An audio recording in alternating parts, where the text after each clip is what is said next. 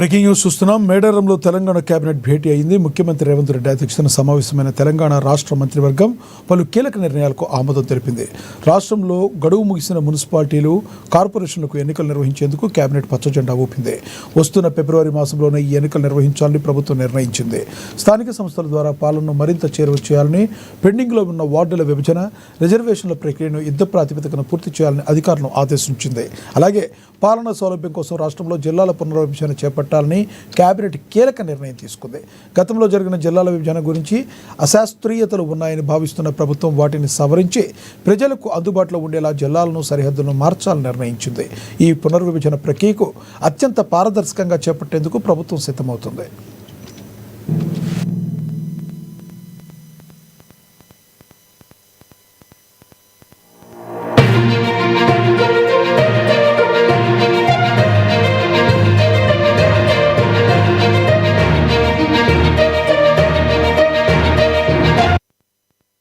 మేడారంలో తెలంగాణ కేబినెట్ భేటీ అయింది. ముఖ్యమంత్రి రేవంత్ రెడ్డి అధ్యక్షతన సమావేశమైన తెలంగాణ రాష్ట్ర మంత్రివర్గం పలు కీలక నిర్ణయాలకు ఆమోదం తెలిపింది. దీనిపై మరింత సమాచారం మా ప్రతినిధి హరీష్ అందిస్తారు ఫోన్ ద్వారా. హరీష్, చెప్పండి, మీ దగ్గర ఉన్న తాజా సమాచారం ఏంటి?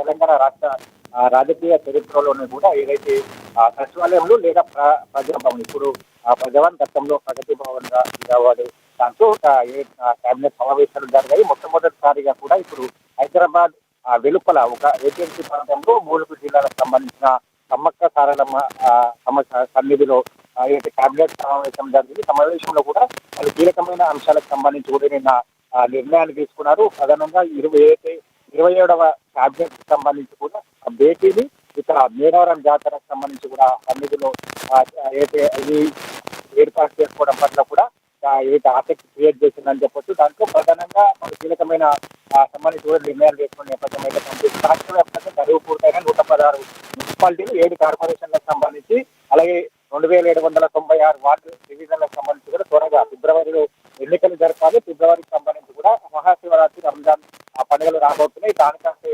ముందుగానే ఏర్పాటు చేసుకోవాలని కూడా రాష్ట్ర ప్రభుత్వం కేబినెట్ సమావేశంలో కీలకమైన నిర్ణయాన్ని తీసుకుంది. దాంతో పాటుగా హైదరాబాద్ లోని మెట్రో కేసు 2A, AB సంబంధించిన దశలపైన కూడా కేబినెట్ ఏదైతే నిన్న చర్చ జరిగింది. భూసేకరణ కోసం 2787 కోట్లకు సంబంధించి కూడా కేటాయింపుకు ఆమోదం తెలిసిన నేపథ్యం అయితే కనిపిస్తా ఉంది. అలాగే 3 జిల్లాలకు సంబంధించి కూడా సాగునీరును అందించేందుకు కొట్లాపూర్ ఎత్తిపోతల పథకానికి సంబంధించి కూడా నిన్న మంత్రివర్గం ఆమోదం తెలిపింది. ఇక బంజారా హిల్స్ లోని శిల్పా లేఅవుట్ కి సంబంధించి కూడా 9 కిలోమీటర్ల కొత్త రోడ్డు నిర్మాణానికి సంబంధించి కూడా విస్తరణకు నిన్న కేబినెట్ ఆమోదం తెలిపింది. ఇక ఏదైతే హైదరాబాద్ సిటీ ట్రాఫిక్ సమస్యను అధిగమించేందుకు ఈ శిల్పా లేఅవుట్ కి సంబంధించి కూడా 9 కిలోమీటర్ల రోడ్డును విస్తరణ చేస్తున్న నేపథ్యం అయితే ఉన్నది. ఇక అబ్లాపూర్ మండలంలోని ఎకో టౌన్ డెవలప్మెంట్ కి సంబంధించి హైదరాబాద్ సమీపంలో అబ్లాపూర్ మెట్టు మండలం సంబంధించి కూడా ఎకో డెవలప్మెంట్ కు CBIICకి 496 ఎకరాల భూమికి సంబంధించి కూడా కేటాయించేందుకు రాష్ట్ర ప్రభుత్వం అనుమతి తెలిపింది. అలాగే నల్గొండ జిల్లా మహాత్మా గాంధీ యూనివర్సిటీకి సంబంధించి కూడా కొత్త పోస్టుల మంజూరికి, అలాగే Mahatma Gandhi university of law కాలేజీలో 24 కొత్త పోస్టులు, అలాగే ఫార్మసిటీ కాలేజీలో 28 కొత్త పోస్టుల మంజూరికి సంబంధించి కూడా కేబినెట్ ఆమోదం తెలిపింది. ఇక వీరనారి చాకల ఐలమ్మ మహా యూనివర్సిటీకి సంబంధించి కూడా రిజిస్టర్ పోస్టుకు ఆమోదం తెలిపిన నేపథ్యం అయితే కనిపిస్తా ఉన్నది. ఇక హైదరాబాద్ మెట్రో ఫేజ్ కావచ్చు, ఫేజ్ 1, ఫేజ్ 2 సంబంధించిన ఏదైతే దానికి కేబినెట్ ఆమోదం తెలిపింది. ఇక బాసర నుంచి భద్రాచలం వరకు ఒక సర్క్యూట్ ను అభివృద్ధి చేసేందుకు ప్రణాళికలు సిద్ధం చేయాలని కూడా నిర్ణయం తీసుకుంది. దేవాదాయ, రెవెన్యూ శాఖ, అటవీ శాఖ శాఖల సంయుక్తంగా ఈ రిపోర్ట్ కు సంబంధించి కూడా రెడీ చేయాలని కూడా రాష్ట్ర కేబినెట్ కి సంబంధించి కూడా అధికారులను ఆదేశించింది. ఇక మార్చి 31 నాటికి ఒక సమగ్ర ప్రణాళికను ఇవ్వాలని కూడా ఆదేశించారు. ఏదైతే బాసర నుంచి భద్రాచలం వరకు సర్క్యూట్ కు సంబంధించిన అభివృద్ధి కార్యక్రమాలకు, అలాగే గోదావరి పుష్కరాలకు సంబంధించి 2027 జూలై 27న ఆగస్టు 3 వరకు గోదావరి పుష్కరాలు జరుగుతాయి. గోదావరి పుష్కరాల దృష్టిలో ఉంచుకొని గోదావరి పరివాహక ప్రాంత అభివృద్ధి, అలాగే బాసర నుంచి భద్రాచలం వరకు రాష్ట్రంలో గోదావరి పరివాహక ప్రాంతం ఉన్న అన్ని ప్రధాన ఆలయాలు, పురాతన ఆలయాల అభివృద్ధితో పాటుగా ఎక్కువ టూరిజం అభివృద్ధి చేసేందుకు రాష్ట్ర కేబినెట్ సబ్ కమిటీ వేయాలని కూడా నిర్ణయాన్ని తీసుకున్న నేపథ్యం అయితే కనిపిస్తా ఉంది. ఫిబ్రవరిలో మున్సిపల్ ఎన్నికలు రాబోతున్న మున్సిపల్ ఎన్నికలపై మొత్తంగా ఏదైతే మేడారం అభివృద్ధికి సంబంధించిన కార్యక్రమాలు భవిష్యత్తుకు అనుగుణంగా పెట్టుకుని మేడారం ఆలయ అభివృద్ధికి సంబంధించిన భవిష్యత్తు పాటుగా గోదావరి కృష్ణా పుష్కరాలకు సంబంధించి కూడా ఏర్పాట్లకు సన్నిహిత పాటుగా పలు అంశాలపైన కూడా కీలకంగా చర్చ జరిగింది. కోట్లాపూర్ ఎత్తిపోతల ప్రాజెక్టుకి సంబంధించి కూడా ఎక్కడైతే మూలుగు జిల్లా ఏదైతే రైతులకు నీరు అందించేందుకు ఈ ప్రాజెక్టును నిర్మిస్తేందుకు రాష్ట్ర ప్రభుత్వం నిన్న కేబినెట్ లో ఆమోదం పలికిన నేపథ్యం ఉంది.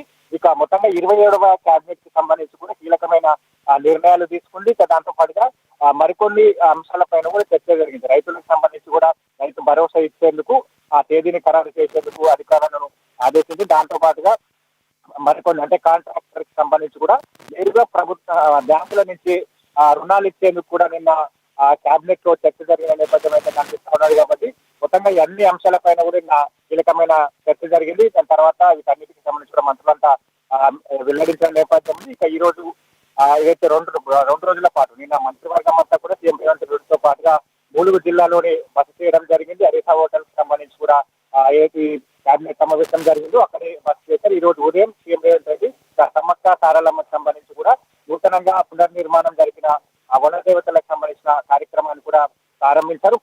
పైలానికి సంబంధించి కూడా ప్రారంభించారు. ఆయన కుటుంబ సమేతగా సంబంధించి సమ్మక్క సారలమ్మ ఏదైతే అక్కడ దర్శించుకోవడం జరిగింది. సమ్మక్క సారలమ్మ సాంప్రదాయంగా వస్తున్న బంగారం సంబంధించి కూడా తులాభారమైన సీఎం రేవంత్ రెడ్డి ఇవ్వడం జరిగింది. ఇక్కడ నుంచి నేరుగా ఇక శంషాబాద్ కి వెళ్ళారు. శంషాబాద్ నుంచి దావత్ పర్యటనకు సంబంధించి కూడా పెట్టుబడులు ఏదైతే అక్కడ దావత్ పర్యటన సమ్మిట్ జరుగుతుందో ఆ సమ్మిట్ లో కూడా సీఎం రేవంత్ రెడ్డి పాల్గొన్న పరిస్థితి అయితే కనిపిస్తా ఉంది. కాబట్టి మొత్తంగా నిన్న జరిగిన ఈ కేబినెట్ సంబంధించి కూడా కీలకమైన నిర్ణయాలకు ఆమోదం పడిందని చెప్పి చెప్తున్నారు. Thank you Harish. ఏవైతే మున్సిపాలిటీలు కార్పొరేషన్లు టైం పూర్తయిందో ఈ మున్సిపాలిటీలు కార్పొరేషన్లు టైం పూర్తయిన 116 మున్సిపాలిటీలు 7 కార్పొరేషన్లు 2996 వార్డులు డివిజన్లు వీటిలో టైం పూర్తయింది. కాబట్టి వీలైనంత తొందరలో ఎలక్షన్లు జరపాలని ఆల్రెడీ డెడికేషన్ కమిషన్ నివేదిక ఇవ్వటం జరిగింది. దాని ప్రకారం 2 రోజుల క్రితం రిజర్వేషన్లు కూడా ఫైనలైజేషన్ చేయటం జరిగింది. రాష్ట్ర కేబినెట్ వీటన్నిటి ఆధారంగా 15వ తారీఖు ఫిబ్రవరి 15వ తారీఖు శివరాత్రి ఉంది. 16వ తారీఖు నాడు రంజాన్ ఉంది.